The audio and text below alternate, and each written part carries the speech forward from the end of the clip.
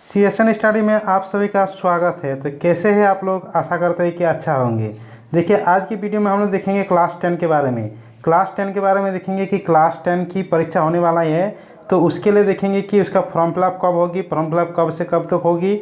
और जैसे कि आप लोग जानते हैं कि क्लास 10 की परीक्षा 2 टर्म में होगी, टर्म 1 और टर्म 2। जैसे कि आप लोग सिलेबस देख चुके हैं कि टर्म 1 में भी और टर्म 2 में भी ऑब्जेक्टिव टाइप क्वेश्चन भी रहेगा और सब्जेक्टिव टाइप क्वेश्चन भी रहेगा। तो इसके लिए किस तरह का परीक्षा लिया जाएगा, मतलब किस तरह का पैटर्न रहेगा, एमसीक्यू टाइप रहेगा, तो उसके लिए मतलब ओएमआर शीट दिया जाएगा नहीं दिया जाएगा, उसके बारे में कंप्लीट देखेंगे इस वीडियो में। ठीक है, चलिए शुरू करते हैं। तो इस वीडियो में शुरू से लास्ट तक बने रहिए। तो चलिए देख लेते हैं क्या है न्यूज़। देखिए, यहाँ पर न्यूज़ आया हुआ है। यहाँ पर देखिए, एक सेकेंड, यहाँ पर न्यूज़ है झारखंड अधिविद्य परिषद रांची यानी झारखंड एकेडमिक काउंसिल रांची से वार्षिक माध्यमिक परीक्षा 2023 के लिए परीक्षा आवेदन पत्र जमा करने के संबंध में आवश्यक सूचना यानी फॉर्म फिलअप के बारे में। उसके बाद आगे यहाँ पर दिया गया है कि एतद द्वारा वार्षिक माध्यमिक परीक्षा 2023 में सम्मिलित होने वाले सभी छात्राओं अभिभावकों एवं विद्यालय प्रधानों को सूचित किया जाता है कि दिनांक 25/8/2022 को स्कूली शिक्षा एवं साक्षरता विभाग द्वारा लिए गए निर्णय के आलोक में वार्षिक माध्यमिक परीक्षा 2023 का आयोजन निम्नलिखित रूप में किया जाना है। क्या है तरीका, उसके बारे में देख लेते हैं। तो देखिए, एक एक बिंदु को बारीकी से देखिएगा। ठीक है, तो चलिए शुरू करते हैं। एक एक बिंदु को देखिए, एकदम आराम से देखेंगे। देखिए, पहला नंबर है कि वार्षिक माध्यमिक परीक्षा 2023 का आयोजन 2 शाब्दिक परीक्षा के माध्यम से किया जाएगा। जैसे कि आप जानते हैं कि दो टर्म इसकी होगी। उसके बाद आगे है प्रथम शाब्दिक परीक्षा माह नवंबर 2022 में, यानी प्रथम टर्म की परीक्षा नवंबर महीना में होगा जो कि 2022 में, तथा द्वितीय शाब्दिक परीक्षा मार्च 2023 में आयोजित होगा। तो सेकंड टर्म की परीक्षा मार्च महीना में 2023 में होगी। ठीक है, उसके बाद आगे है, यहाँ पर देखिए आगे क्या है। दोनों शाब्दिक परीक्षा बहुवैकल्पिक यानी एमसीक्यू प्रश्न तथा अति लघुस्तरीय एवं दीर्घ स्तरीय प्रश्न मिश्रित प्रश्नों पर आधारित होगी। यानी दोनों टर्म की परीक्षा में एमसीक्यू रहेगी, अति लघुस्तरीय रहेगी, लघुस्तरीय रहेगी और दीर्घ स्तरीय सभी का मिश्रण रहेगा।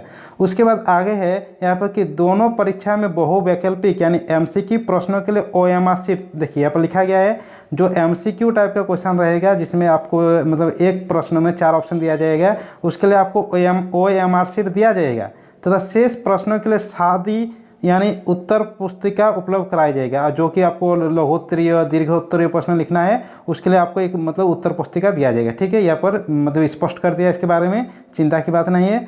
आगे है कि दोनों परीक्षाओं के लिए अलग अलग पाठ्यक्रम झारखंड शैक्षिक अनुसंधान एवं परिषद यानी JCRT द्वारा जारी किया गया है। यानी दोनों टर्म की परीक्षा जो होगी उसके लिए सिलेबस जारी कर दिया गया है। इसी चैनल में सिलेबस आप लोगों को मिल जाएगा, अपलोड कर देंगे।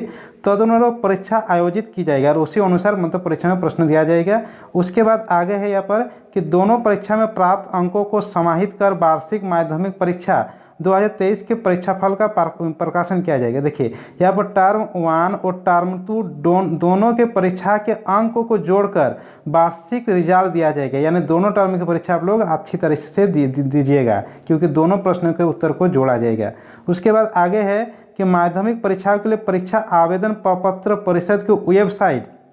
उसके बाद आगे है यहाँ पर माध्यमिक परीक्षा के लिए परीक्षा आवेदन पत्र परिषद की वेबसाइट क्या है, www.jac.jharkhand.gov.in जैक के माध्यम से ऑनलाइन भराया जाएगा, जो कि मतलब फॉर्म फिलअप भरवाया जाएगा वो इस साइट के द्वारा ही भरवाया जाएगा जो कि साइट बोले है। उसके बाद ये ओसे पूर्ववर्ती छात्र जिनकी 3 वर्ष की सूचीकरण अवधि समाप्त की गई है। देखिए, ये किसके लिए है, मतलब वह छात्र हो सकता है कि पिछले साल फेल किया गया या पास नहीं कर पाए या किसी कारणवश परीक्षा नहीं दे पाए, तो उसके लिए है। देखिए, उसके लिए क्या है कि 3 वर्ष की अवधि तक, अगर 3 वर्ष के मतलब पहला साल में नहीं दिया, फिर दूसरा साल में नहीं दिया, तीसरा साल में नहीं दिया, तो 3 वर्ष की अवधि तक यह मतलब जो यहाँ पर फॉर्म फिलअप करेगा उसको मतलब यहाँ पर मान्यता दिया जाएगा। उसके बाद अगर किसी का 4 साल हो गया, मतलब 4 साल पहले क्लास 9 पास किया है और उसके बाद वो क्लास 10 में परीक्षा देगा, तो उसका मतलब यहाँ पर मतलब उसको मान्यता नहीं दिया जाएगा। तो 3 साल तक को उसको अवधि दी जाएगी। ठीक है, उसके बाद पुनः पंजीयन एवं परीक्षा आवेदन पत्र ऑनलाइन भराया जाएगा वार्षिक माध्यमिक परीक्षा। उसके बाद आगे मतलब जो इस साल देने वाला है 2023 के लिए पुनः पंजीयन नियमित स्वतंत्र पूर्ववत छात्र तथा समन्वित परीक्षा के लिए परीक्षा आवेदन पत्र ऑनलाइन भरने का कार्यक्रम निम्न प्रकार निर्धारित किया गया। यानी फॉर्म फिलअप कब से शुरू होगा, कब तक किया जाएगा, उसके बारे में यहाँ पर विस्तार रूप से यहाँ पर दिया गया है। ठीक है, देखिए यहाँ पर दिया गया है विलम्ब शुल्क रहित। विलम्ब शुल्क रहित यानी यहाँ पर मतलब कोई एक्स्ट्रा फी नहीं लिया जाएगा, यानी कोई चार्ज नहीं लिया जाएगा, मतलब पैसा लिया जाएगा लेकिन एक्स्ट्रा फी नहीं लिया जाएगा, मतलब कुछ और एक्स्ट्रा फी में थोड़ा कुछ पैसा ज़्यादा लेकर मतलब होगा।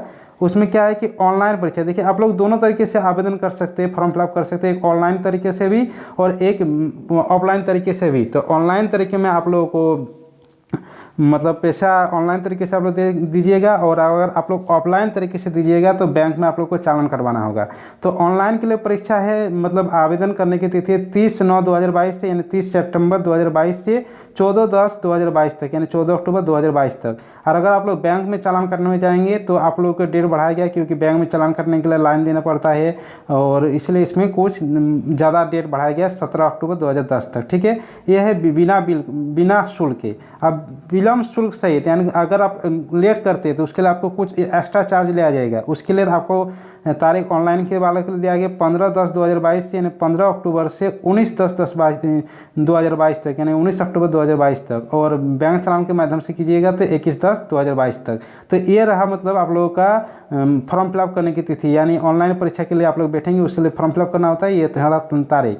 उसके बाद आगे दिया गया है इसमें कि विद्यालय को उपलब्ध कराए गए यूजर आईडी एवं पासवर्ड का उपयोग कर परीक्षा आवेदन प्रपत्र / पुनः पंजीयन हेतु प्रपत्र ऑनलाइन भराया जा सकेगा।